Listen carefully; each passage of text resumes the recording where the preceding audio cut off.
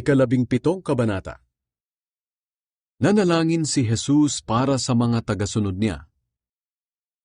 Pagkasabi ni Jesus ng mga bagay na ito, tumingala siya sa langit at sinabi, Ama, dumating na ang oras. Parangalan mo ako na iyong anak, para maparangalan din kita.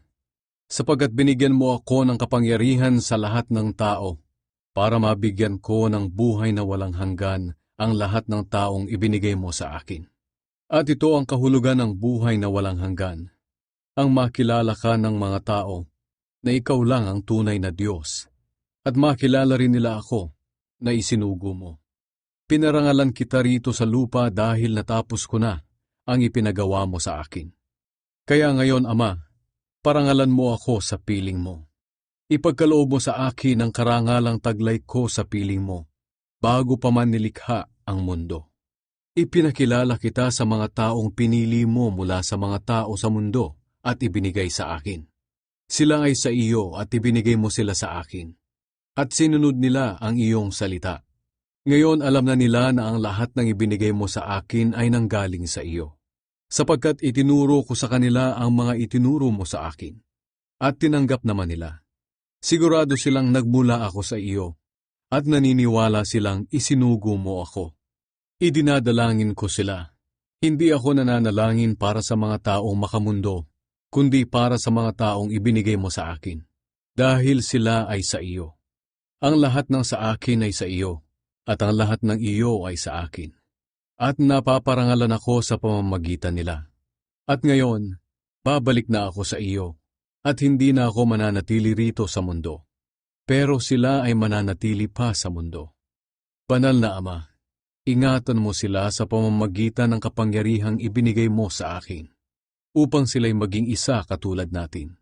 Habang kasama nila ako, iningatan ko sila sa pamamagitan ng kapangyarihang ibinigay mo sa akin. Iningatan ko sila at walang napahamak sa kanila, maliban sa taong itinakdang mapahamak para matupad ang kasulatan. Ngayon ay babalik na ako sa iyo. Sinasabi ko ang mga bagay na ito habang nandito pa ako sa mundo, para lubos silang magalak tulad ko. Itinuro ko na sa kanila ang salita mo. Napupuot sa kanila ang mga taong makamundo, dahil hindi na sila makamundo. Tulad ko na hindi makamundo. Hindi ko idinadalangin na kunin mo na sila sa mundo, kundi ingatan mo sila laban kay Satanas. Hindi sila makamundo, tulad ko na hindi makamundo. Ibukod mo sila upang maging iyo sa pamamagitan ng katotohanan. Ang salita mo ay katotohanan. Isinugo mo ako rito sa mundo, kaya isinusugo ko rin sila sa mundo upang mangaral. Alang-alang sa kanila, itinatalaga ko ang aking sarili sa iyo, upang sila man ay maitalaga sa iyo sa pamamagitan ng katotohanan. Ang panalangin ko ay hindi lang para sa kanila na sumasampalataya sa akin, kundi pati na rin sa mga sasampalataya pa sa akin sa pamamagitan ng pangangaral nila.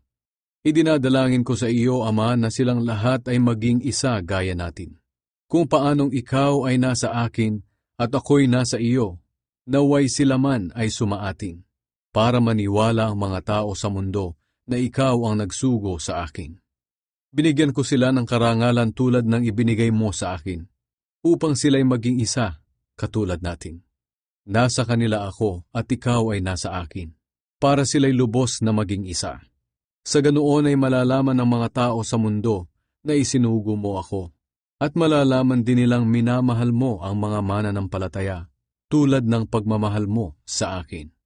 Ama, gusto ko sanang makasama sa pupuntahan ko ang mga taong ibinigay mo sa akin, para makita rin nila ang kapangyarihang ibinigay mo sa akin. Dahil minahal mo na ako bago pa man nilikha ang mundo. Amang makatarungan, kahit hindi ka nakikilala ng mga taong makamundo, nakikilala naman kita. At alam ng mga mananampalataya na ikaw ang nagsugo sa akin. Ipinakilala kita sa kanila, at patuloy kitang ipapakilala, upang ang pagmamahal mo sa akin ay mapa sa kanila, at ako man ay mapa sa kanila.